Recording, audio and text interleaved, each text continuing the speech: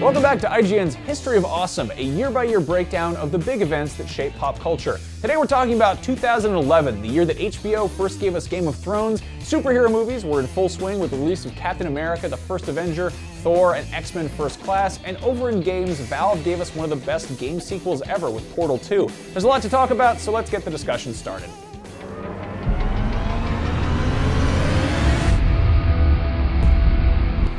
Hey everybody, welcome back to the History of Awesome. My name is Marty Sleva. I am joined by Zach Ryan, Chloe Rad, and Eric Goldman. We're here to talk about the ancient year of 2011. So long ago. It's hard to believe. It's been 4 years since 2011. Yes. It was a giant year for movies, for games, and for sort of fantasy and cool nerd stuff as a whole.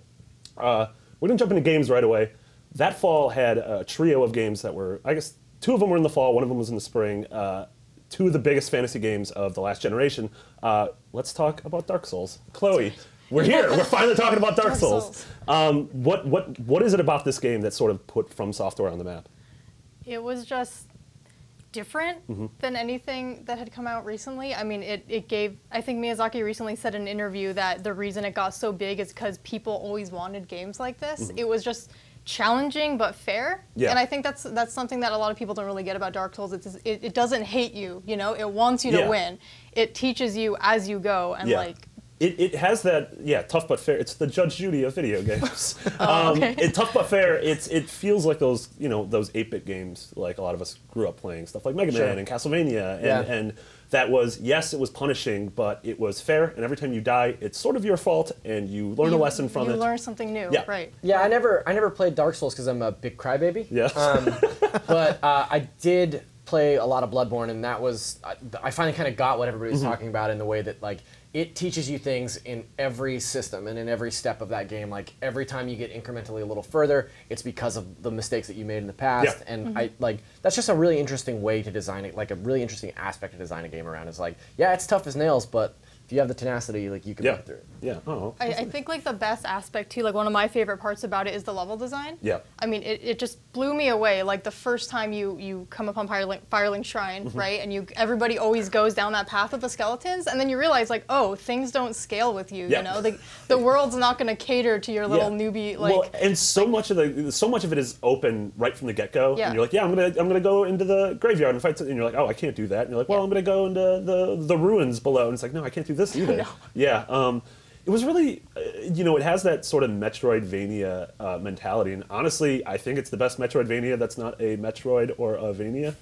Just in the way it's kind of winding and interlocking. It's winding. I mean, that first time, it's a couple hours into the game, you're up near the chapel, and you take an elevator down, and you're like, I don't know where I'm going, and then you end up back at the Firelink Shrine, you're like, oh, this is what this game is. Yeah. And obviously, this was sort of From Software's second huge Souls game. They had Demon's Souls beforehand, but that was a PS3 exclusive, and so finally with this one it came to 360 as well, and then it ultimately came to PC. Really great DLC, but yeah, this put From Software, which is they did Armored Core and Kingsfield, which weren't games that they weren't like household names. Niche. Yeah, totally. And whereas this put them on the map as one of those premier AAA developers, and stuff like from Dark Souls 2 and then to Bloodborne and then Dark Souls 3. Man, they make a lot of Souls games. Sure do. Yeah. I'm not complaining. Yeah, but the games also did a really great job of telling a story in its environment. Like, it's a game that has lore, but it doesn't have like text. It doesn't really have dialogue. Like, I mean, with the item descriptions, right, there is text, but it's not sitting there explaining to you. Like, besides the very brief bit of exposition at the beginning cutscene, right, that tells you like light and dark, whatever. It really leaves it all up to you to piece things together. And that was another thing that, like, I think that's partially what brought the community together too, was not just the challenge, but like the lore. But like, I just love the way. This is like a wiki game, right? Like, had we seen anything like that before, really? Like, seriously, this was my first fall. This is the first fall I was with IGN, and this was one of those games where like a couple of us were playing, and then we'd come in and be like, we don't know what's happening, but like let's gather around and like try to. It's like a support group. I had that experience with Bloodborne, right? We had this email thread going that was like the chain of pain or something. We were just there's this like thing that I get. I've been told about all these Souls games that there's sort of this like elementary school like playground kind of vibe, like not in the difficulty obviously, but in the way that people come in and want to say like, I did it this way. Like, how did you do it? Did you know that if you did this, this will happen? Like, there's this sort of like mystery that's being solved outside of the game that focuses back in on it. I think is really intriguing. I remember Destin like somehow found out that you could shoot the dragon's tail off and get it as a sword, and we're like, "What? How did you do this?" They of course, that that was out, I think. Yeah, they patched that out of there. But yeah, like the community that's come out of the Souls series is so amazing too. Like the wikis, even like there's sort of this emergent PvP etiquette. You know, people bow when they invade you, and then you bow back, and then they praise the sun. Yeah. And the bosses. Like the last thing you have to talk about in this game is like those boss fights. Every time you stumble upon one, you get that cool like intro cinematic, and you're like, I don't know what this is, and I can't possibly beat it. Gaping Dragon. There's a whole dragon. It's a weird little. It's got like skin flaps, and I don't want to talk about him anymore. He's a real mean dragon. Yeah, but that was one of 2 giant fantasy games that fall. Also, the other one, obviously, being Skyrim. Skyrim. Yes, indeed. Zach, what to say? Where to start with Skyrim? Skyrim is one of my favorite games of all time. It was, at the time, probably the best open world game that I'd ever played. I was a big Fallout 3 guy, played a lot of Fallout 3, and a lot of Oblivion too, but I felt like Skyrim just completely, as a spiritual successor to both of those games, just completely blew it out of the water. I mean, the breadth of the main quest alone is impressive, but when you take all the side quests, which I did all of, into... Yeah, I mean, I was like well over 200 hours into this game by the time I put it down. I had buddies that were like, hey, we're a little concerned about the amount of time that you're spending with Skyrim. Played a lot of Skyrim. Yeah. Foos Road, a lot of DAWs. Was there a Skyrim intervention? Not to that level, but yeah, I mean, I very well my girlfriend left me. Yeah, yeah. So I got married in Skyrim. It's a win-win situation. No, it's an amazing, amazing game. I love the way that you level in that game. I think it's one of the most organic and rewarding level systems that has ever been implemented. The way that, like, if you want to get better at lockpicking, you pick a bunch of locks. If you want to get better at archery, you shoot a bunch of arrows. Like, it's so organically integrated into the game itself. Like, those systems are seamless. And it's just a blast to play. Like, still to this day, like, I feel like when I pick up open world games like The Witcher, which I loved, or Metal Gear, like, I still want that sense of exploration where you find a point on a map and you walk to it and explore that area and find a labyrinth of a dungeon that you didn't know existed there. And yeah, I mean, Bethesda's always been great at, you're like, oh, I'm going to go there, but it's going to take me 6 hours because I'm going to get sidetracked by everything. Sure. Like, it's really great at, like, positive ADD. I don't know if that's a thing. I don't know if I can say that. Definitely but yeah. not, yeah. We have some stats here which are pretty insane. Like, Dark Souls is critically loved, but it didn't, it wasn't, like, topping the charts. Skyrim sold 3.4 million copies in 2 days. Yeah. That is phenomenal. Which is a record that's been broken since and many times over by Fallout 4 this year. Oh my god, yeah, totally. But, yeah. 10 million copies shipped in its first month. Had 150 dungeons, 244 side quests, and 300 points of interest. I don't know who put those in there. I hope those are right. I put those in there. Are those right? Yeah. I did them all. Correct, yeah. Yeah. It was also... Sound off in the comments below. No, there was only 2 side quests. Yeah. It was also probably, aside from GTA 5, the biggest game I've ever seen at IGN in terms of traffic, in terms of like anything we did. The wiki is still like one of our best performing wikis 4 years later. That's one of the points I wanted to make, was the longevity of this game was sort of unprecedented, because once it came to PC and they incorporated mods, so many big. mods. Remember the Macho Man? Killer. Yeah, I do remember the Macho Man. Well, I mean, even up until this year, they're still modding it. We saw that story that ran across our desk that was somebody had modded it to remove the texture so that the whole game looked like a Pixar game. Oh yeah, it looked like a low poly that looks like we had seen years and years of people upping the ante for graphics to the point where it just looked ridiculous, photorealistic almost, and then somebody went and did the complete opposite thing, and it still looked amazing. Yeah. But even beyond like the graphical mods too, there's just all these like really weird like survivalist camping Sure. mods. Like I remember that's what I downloaded recently when I jumped back into Skyrim, was just all these stupid mods that added like basic needs to just make it just this miserable experience, because I guess those are the kinds of games I like. I was about to say, yes, you like Dark Souls. You dying like in the cold. Yeah, like I don't know. I just checked Nexus mods today. There's like 45,000 files. I think like 10 million downloads or something so like that. insane, Like yeah. Yeah, it's also, we're going to get into it later with stuff like Harry Potter and Game of Thrones, but this was like, it's not the thing that put fantasy on the map, but like this year was just like, it was like, all right, fantasy is going to become mainstream now. Yeah, and like, you're all going to enjoy fantasy, it. it's a good year for you. Yeah, so Game of Thrones also premiered this year and in 2011, and it had this very Norse sort of Iceland, not Icelandic, but this sort of like frozen tundra setting. Sure. And so then you go to play Skyrim, and it was such an easy transition because it was like Game of Thrones, the game. Yeah, almost, I mean, Todd Howard has said that originally they were like tossing around the idea of making a Game of Thrones game. That this could have been a Game of Thrones game, but that they were like, well, we want to sort of create our own world and be able to like be in control of all the logic and the grammar. It's funny that Thor that came out that year too, which also had the Year of the Norse. Yeah, the Norse. Yeah. No kidding. So yeah, Skyrim, incredible. Obviously, everyone is awaiting the inevitable announcement of Elder Scrolls 6, which will come out in 2030. That's right. So enjoy that. The last game we're going to talk about before we shift into the wide world of entertainment is Portal 2. That is not a fantasy game. No, I'd wager to call that a science fiction game. Possibly, yeah. Portal 2. This came out early in the year. It was IGN's Game of the Year that year. Was it? Prove it. Yeah. I literally can't. I'm pretty sure that's what we voted for. Oh. Sound off in the comments below. Oh no, it is. Because we have this. Are we gonna drink it? We made this is 4 years old. The champagne get better with age. We made all the winners of our Game of the Year awards. We made them commemorative bottles of champagne, and we found these a year ago because I don't think we sent them. So sorry, Valve. But yeah, Portal 2, arguably one of the best written video games of all time. Yeah. One of the funniest video games Super of all funny. time. Took sort of what Valve did with the original Portal, which was a very small, sort of condensed puzzle experience with an incredible character in Gladys, and expanded upon it in every way imaginable. Sure. Adding Stephen Merchant as Wheatley and J.K. Simmons as Cave Johnson were, like, no one thought you could up Gladys, and then these two characters like, oh, whoa, Yeah, you did it. Wheatley is phenomenal Yeah. as a character. Just so hysterical, and the timing is impeccable. Like he's so well written, and like you said, like Stephen Merchant playing him was perfect casting for that character.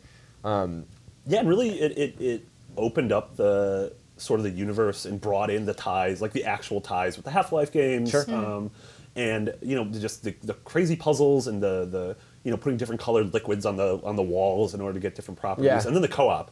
Yeah, that was the thing that struck me. Like going into as a fan of Portal, I was very hesitant about Portal 2 because to me Portal was a game that didn't need a sequel. Like that was a perfect package as it was. So I was kind of a little anxious going into playing Portal 2, and I loved the campaign. I ripped through it. I thought it was great. And then when I decided to finally give the co-op a test drive, that was equally fun and equally well executed. I mean, it's brilliant in the way that it uses the two-player mechanics to, boost each other up higher or build speed or slow each other down in a way. Like, I thought it was great, man. Yeah, it was great. It was definitely one of those games. I was playing it with my girlfriend, and I remember just us getting very angry at each other. Because both of us were like, no, I know how to solve this. You have to do this. I'm like, well, don't tell me what I can't do. Yeah. John locked. John locked I it. John locked when I played. Yeah. Yeah, Portal 2. That was a really great year for games. I mean, also without mentioning stuff like Skyward Sword and Uncharted 3. Another really cool thing about Portal 2, it's only sort of tangentially related, but the potato sack God, bundle, yeah. right, Oh, on God, yeah. Steam, So like good. that. I think it was 13 indie games. It was like a bundle of 13 indie games. Valve actually brought all these developers into their headquarters and gave them free reign over like these kind of cryptic updates that were sort of leading up to it wasn't leading up to the Portal 2 announcement, right? But it was Right. like you Yeah. would have the opportunity if you played through these indie games to unlock Portal 2 10 hours earlier. Yeah. And people did it. And Yeah. I remember being part of that. And like what was even more awesome about that was that it put these sort of really well-known indie developers like on an even bigger spotlight, right? Like Valve has always been really good at promoting indie devs. Yeah, And so that was- absolutely. I mean, Steam as a whole has really helped that. And God, I totally forgot about that. Yeah, me too. Yeah. So cool. Like Yeah. I love that. Yeah. That's so awesome that you were a part of that too. That's Yeah. rad. Yeah. Well, I mean, I wasn't a developer. Well, sure, Like, sure. I just remember playing through Yeah. those From the games outside, yeah. and like waiting for it to unlock early, like while I was at work, and I was like, oh my Will we ever get Portal 3? god, will we ever get? Half-Life 3? Okay, let's not Will get they it. ever make a game that's not Dota? Sound off in the comments below. All right, Eric, it's time. Yes. We're going to put all these stupid video games aside. Yeah. How you doing, Eric? I'm good. Welcome to the History of Awesome. Thank you. You mean I get to be from an audience now? I get to join? The thing I'm jealous most about you is that I see you take pictures of cool Harry Potter things all the time. Yeah. You're always going to Wizarding Worlds. You're always Yeah. going to Hogwarts. Yeah. This was the year that Deathly Hallows Part 2 came out and sort of concluded that whole cinematic franchise, I guess, for 5 years until now we're getting the Fantastic Beasts. Extension, HPC. Yeah. So tell us a little bit about Deathly Hallows and wrapping up that series. I mean, obviously, it was just this huge culmination. I mean, a series like this had never been undertaken. Just knowing what they were doing going in, the fact that it was supposed to be 7 movies, ended up being 8, and the fact that they were taking this huge gamble because they had to cast a bunch of kid actors, and how that could have gone horribly wrong. I mean, could you imagine if any of them just became drug addicts? Right. One of them did. But they were awesome. But Right? it was, I mean, the thing They is, had to like, replace was Goyle. one of Draco's friends. Yeah. Yes. He is not. No, Crab. Crab is not in He's Deathly Hallows. He's like was a in method prison actor. or something. He was a method actor. But yeah, honestly, casting the 3 of them, like that's, I guess it was on Chris Columbus, you know, for those first couple movies and the sort of that world building, but then handing the baton off to obviously Alfonso Cuarón, and then eventually David Yates, who ended up finishing the series in such an incredible fashion. Yeah, it was just really impressive accomplishment, no matter what you feel. And I think, that final movie was a big event because it meant so much, the series, to people at that point. It also, it started a trend that I know is sort of a controversial trend of splitting a book into multiple movies. I think personally that is one of the better examples of it. I know some people don't love Deathly Hallows 1, I do, but the second one obviously is the action-heavy one, and so much has to happen. But I think they really pull it off, and you're very invested by the time Harry and Voldemort are having that face-off. Yeah, and just the fact that you see the sort of the breadth and the journey of the series to go from the first Harry Potter is very much a kids movie. Yeah. Whereas this last one, you're like, oh, all these characters I love are dying, and this is tragic, and this is terrifying, and all the money, the hot money in that room, the room of requirement. But and also the final scene, which I know it's a little weird because you have to have these actors playing the older selves, but I do love how they do all the connections back to the first movie. They don't use the John Williams score very much at that point, but then they bring it in big in that final scene with his kid, and it's kind of like, it brings it full circle, I think, in a really good way. Yeah, absolutely. And it was an incredible, I don't know, the feat of having to write that final book seems like terrifying. Any final book in a giant series, like the Last Dark Tower book, it seems like I don't know how you possibly wrap this up, but it was one of those things, after reading it and after seeing the movie, you're like, all right, I'm leaving satisfied, which is something rarely a series of this huge and this monumental can absolutely do. And you get Neville Longbottom with a sword, come on. Man, that boy became real handsome. Yeah, he ended up being a real badass. He had more years to everyone to go, oh my god, Neville's hot now. But Neville the character, he got to have his moment. Yeah, that was great. And it was also one of those, you've invested, over a decade with all these characters, and everyone got this really great payoff, which I love. Yeah, I still go back and I rewatch the Harry Potter movies. And aside from, this is probably my favorite, aside from Prisoner of Azkaban, just because I'm a big old, I have a big old crush on Alfonso Cuarón. He's great. Yeah. Really great movie. I also feel like it holds up really well. Like there's a lot of movies like even 4 or 5 years back that you go back and you can see the seams, you can see the cracks in the paint, like visually. Yeah. And I feel like both of the Deathly Hallows films, but especially with all the action spectacle in the last one, like it still looks really great. Like it's still just something like a real spectacle, when you, like some of the, like especially the last fight with Voldemort and Harry. And, Like Star Wars, it was just a very immersive, it was a world you wanted to be in, and I think that people connected to it so much. Obviously, young people connected to it because it was about kids, but watching them grow up, I think there's so much power to that, because even though it wasn't a documentary, because they're wizards, it felt more real because we'd watched them actually age through the series. And a lot of its viewership grew up with them, right? Like they started reading the books when I mean, I think that's sort of what she had in mind with this series, is that as she's finishing these books over 10, 15 years, people who started reading them when they were 10 are now in their 20s. Yeah. Sure. Yeah. I saw so many grown-ups dressed as wizards at the midnight premiere of my God, movie. Yeah, which I went to, even though I haven't really read all of the books. Well, in 3 weeks, you're going to see a lot of grown-ups dressed as Jedi. Yeah. Enjoy that. The Final Fantasy thing. Final Fantasy thing? We're not talking about Final Fantasy. The last fantasy thing we're going to talk about for 2011 is, I guess, arguably the most important thing here, which was the premiere of Game of Thrones. Yeah. Holy moly. I mean, it was funny working at IGN, in the IGN LA office, actually, because when Per Schneider worked in that office, along with former editor Travis Fickett, they were giant fans of the book who were obsessively tracking this series. I hadn't read the book. And I'll say the thing about this series that's so impressive is, as someone who's not really into traditional fantasy, into it was a time of fantasy, this just grabs you. You are so invested in the characters and everything going on that you don't have to be a fantasy person, I think, to be involved in this. Well, yeah, I made this argument before, but I don't think that Game of Thrones there's fantasy elements, but I don't think that it's a fantasy show. You know, it's a character drama that just so happens to have dragons. Right. You know what I mean? So, I mean, if you look at the first season especially, too, because Yeah. even though that opening scene does introduce the concept of the White Walkers, then it's kind of dropped, and until the Till the dragons very show up end, at the end, Yeah. it's just people in sort of the Middle Ages. Yeah. Not the Middle Ages, but you get the idea. Way back in Game of Thrones time. Yeah, in Game of Thrones time. Yeah, this is another thing where the undertaking of casting, you know, this giant, you know, operatic series of characters that you have to sort of go and like, man, I hope this pans out in 10 years when we're finishing up this series. Sure. And it's one of those things you watch the show and you're like, oh, everyone is fantastic. Yeah. Yeah. And there was a couple of sort of fan castings. Sean Bean and Peter Dinklage, I know, were two people, a lot of people who love the books were like, they should get him. And they did. Yeah. And they were perfect, you know? Yeah. And then, everyone else, it just really, everything fit in. Yeah, The thing- and having showrunners like Benioff and D.B. Weiss, like that's, it seems like such a monumental task to undertake is to sort of take this giant sprawling book series and be like, well, we're going to try to do something which really hasn't been done before and do adult fantasy on a high budget level Yeah. on TV. Like we had some fantasy, but nothing on TV ever clicked as much as this. well, the payoff was monumental, right? Yeah. Like, I can't think of a show that had this sort of cultural zeitgeist around it like Game of Thrones. Like, there was a period after the end of the first season where you could not go anywhere and not talk about it.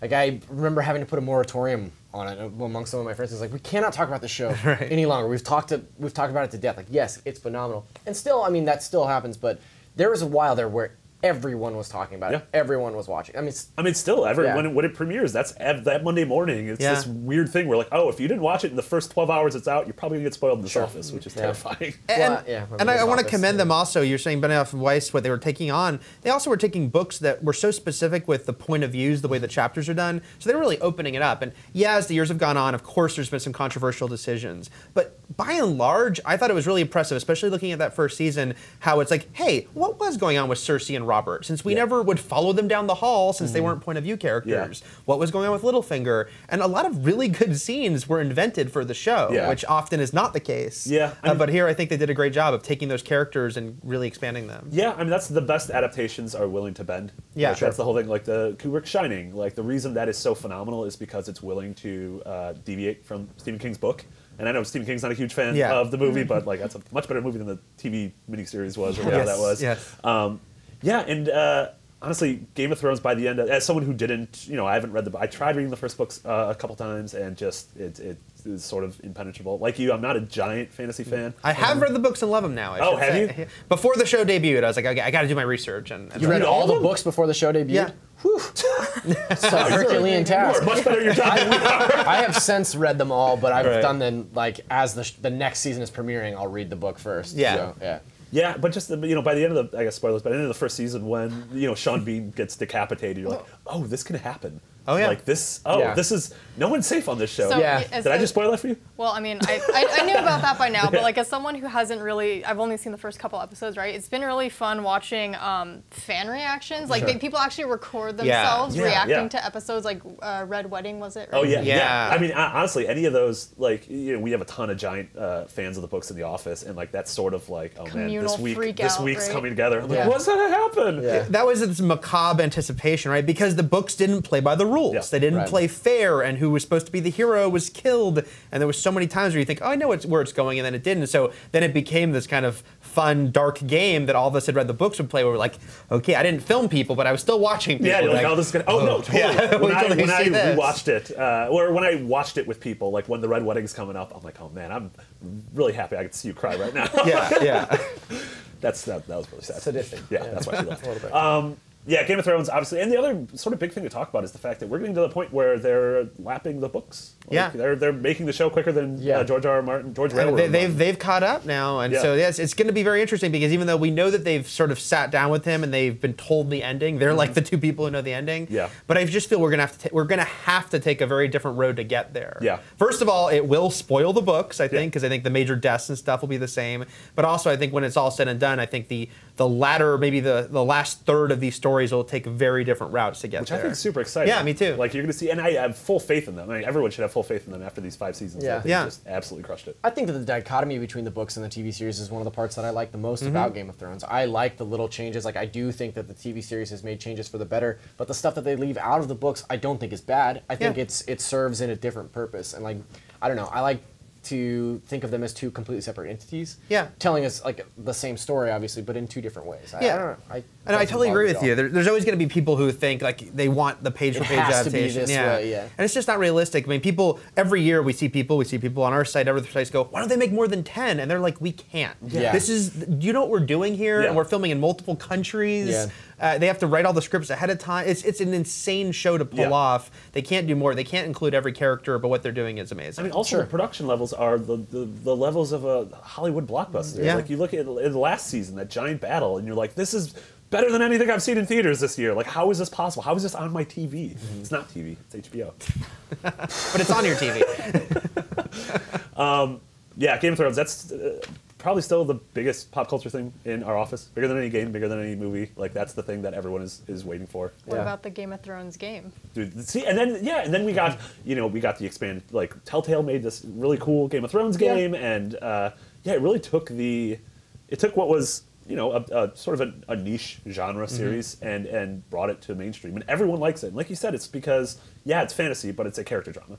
It's like, it's The West Wing. It fit in on HBO so well because HBO was the home of The Wire and Deadwood and shows that were great at sort of world building and taking a world that might not be a world you want to be in, but you are just fascinated by how it all works. Right. It's also insane that it's arguably the best thing HBO has ever done, because like there are 10 things that are arguably the best thing HBO has ever done. It's probably the best network of all time. I guess it's not a network. Yeah, kind of a I think that's subjective, right? Yeah. Like, super subjective.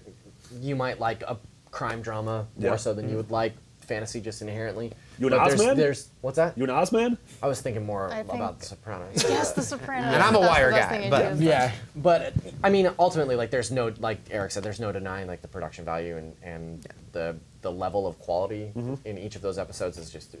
Yeah. And there's a cool wolf. There's a bunch of cool wolves. Yeah. A couple of them died. R.I.P. Sorry, Chloe. Spoilers. Spoilers. The wolves died. You don't know which. So that was, I guess we're still sticking with fantasy a little bit. We're moving, it was a big year for comic book movies as well. Yeah. 3 big ones. We're going to start with the 2 that sort of helped shape the MCU.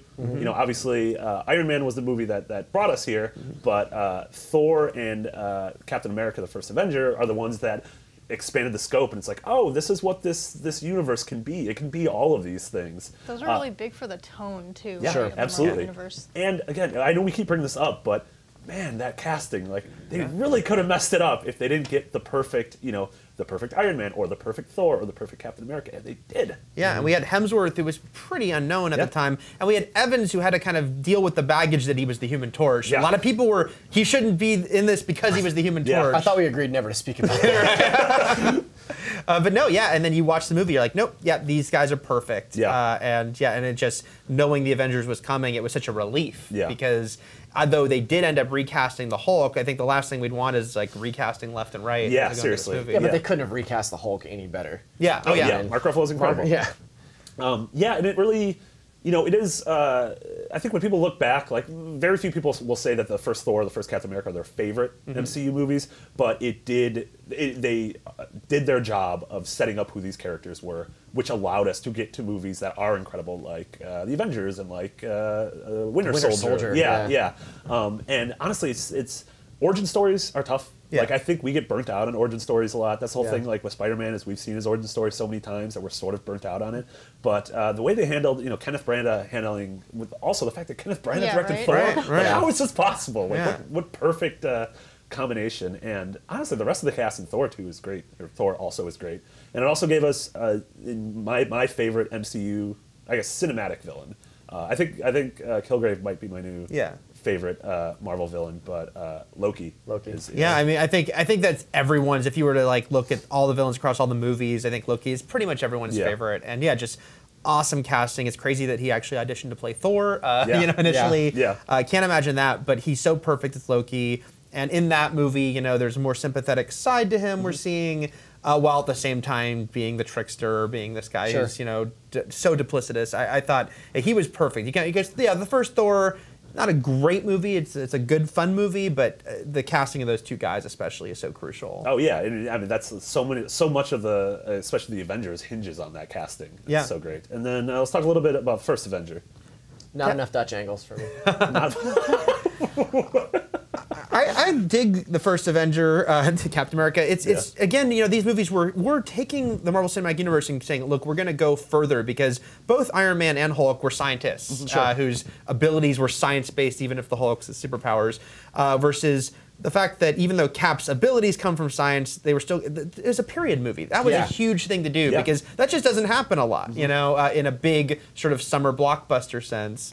And it had its own tone, and they really kind of embraced it. I love that Joe Johnston directed it. He directed The Rocketeer, which is a really great movie. Who's in The Rocketeer? John Locke. John Locke. Oh, that's right. He is. Yeah. He's Howard Hughes. Yeah. So I thought that was perfect. I mean, the other Cap movies, I'm just guessing based on the Civil War trailer, very different tonally, but I think that's appropriate. And yeah, Cap, it did the vibe it was trying for perfectly. And so even though it might not be one of my very favorite of those movies, I still respect that it had its own thing going on that the others didn't. Yeah, it does tell the origin story in probably my favorite way out of any MCU movie. I love the work that they did putting him on a scrawny guy to begin with. Oh my god, that CG is so weird to go back and look, but like totally works. Yeah, I mean it's great, but then also they have this montage sort of in the middle of the movie, or I guess maybe in the first third, where it shows him making this transition into Captain America, and I thought that was handled so smart, and it tells the whole story without being overly expository. It's like, this is what's happening. We don't need to go into each of these stories and spend time here, but like it gives you such a clear picture of his progression to becoming this sort of national icon. Yeah, and he might have, Captain America might have the most interesting arc, I think, across all of the movies. I mean, he went from, to have him go from that little scrawny guy to pretty much an arm of propaganda to try to sell war bonds, to the sort of America's poster boy, to now you see in Winter Soldier and Civil War the fact that like him and Iron Man are sort of switching these roles. Like the Battle of New York changed them both in dramatically different ways, which I think is super interesting. Also, the first Cap movie, we should give credit for introducing Peggy Carter. Yes, absolutely. Who was a character from the comics, but she was just backstory, really. She had a few appearances, but it's like that was his World War II girlfriend. And then Haley Atwell was so great, and she became this hugely important part of the MCU. Her own TV show. She had cameos in like 3 of the recent Marvel movies. And so that movie, I think it was a great pairing, the two of them. I just love the dynamic, and going back to Evans, the fact that he had to sell a character that is sort of tricky because Cap is not a guy who is cynical and learns to be a hero. He's not, out for himself, learns to be a hero. He's supposed to be a good guy who wants to be a hero, and that some people are like, that could be bland, that could be boring. But Evans just kind of goes for it and really invests you in that guy when he's scrawny and when he's all buff and Cap. Yeah, it's one of those, like, there's no world where Iron Man, Thor, and Captain America should be able to coexist in a scene in a single movie. You're like, how is this possible? And then you get to the Avengers and like, oh my god, this is incredible. Like, I just want 3 hours of them like eating. I just want that shawarma scene. That shawarma scene. Hours. Well, the way that they wove those stories together, the foresight in that is super impressive. Yeah, like you said, like there's no way when they announced that they're going to do 15 of these movies or whatever that I thought that they could pull it off in a way that made sense. Yeah, and it absolutely does. And these two movies, with the inclusion of the first Iron Man, really laid the groundwork for that. So. Yeah, and Thor was it was such a big leap to aliens and all after having it all the galactic universe. After having it all be science based, to be like, guess what? This is part of this too. Yeah, there are gods. The 9 realms. And then it just, that's, like you said, sort of expanding the scope that allows us to get things like Guardians of the Galaxy now, and obviously the Infinity War and everything. So.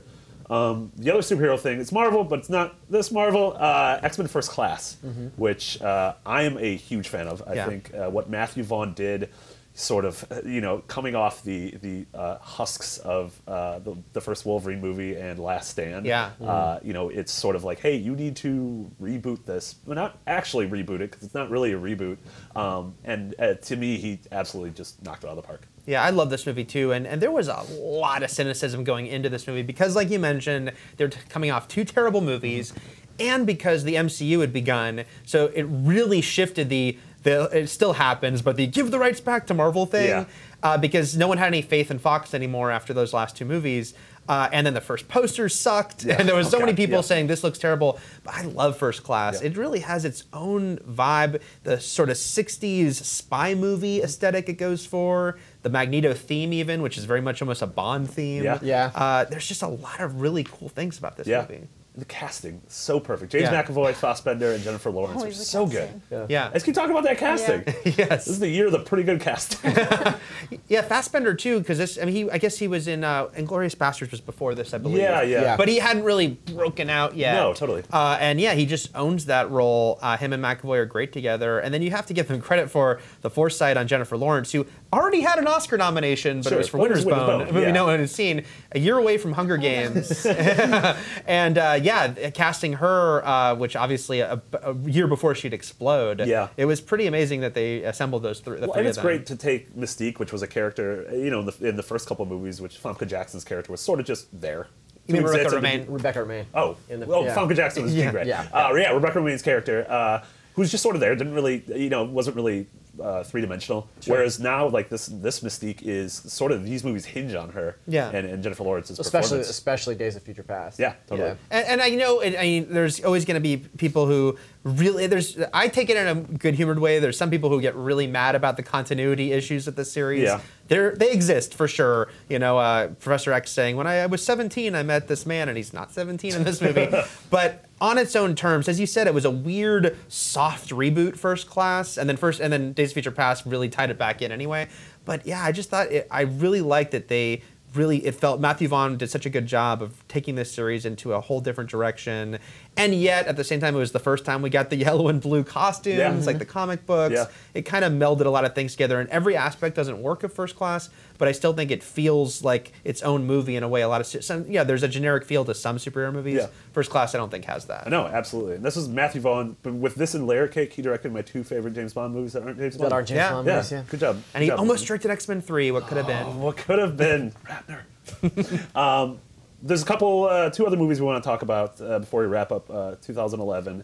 The first one is Bridesmaids, which sort of helped pave the way for a lot of things that are happening now and going to happen that are huge. Specifically Ghostbusters. I mean, that was, Kristen Wiig, obviously a lot of people knew her from SNL beforehand, but this was her breaking out and being like, oh man, you can totally lead a movie. This is phenomenal. And she wrote it. Yeah.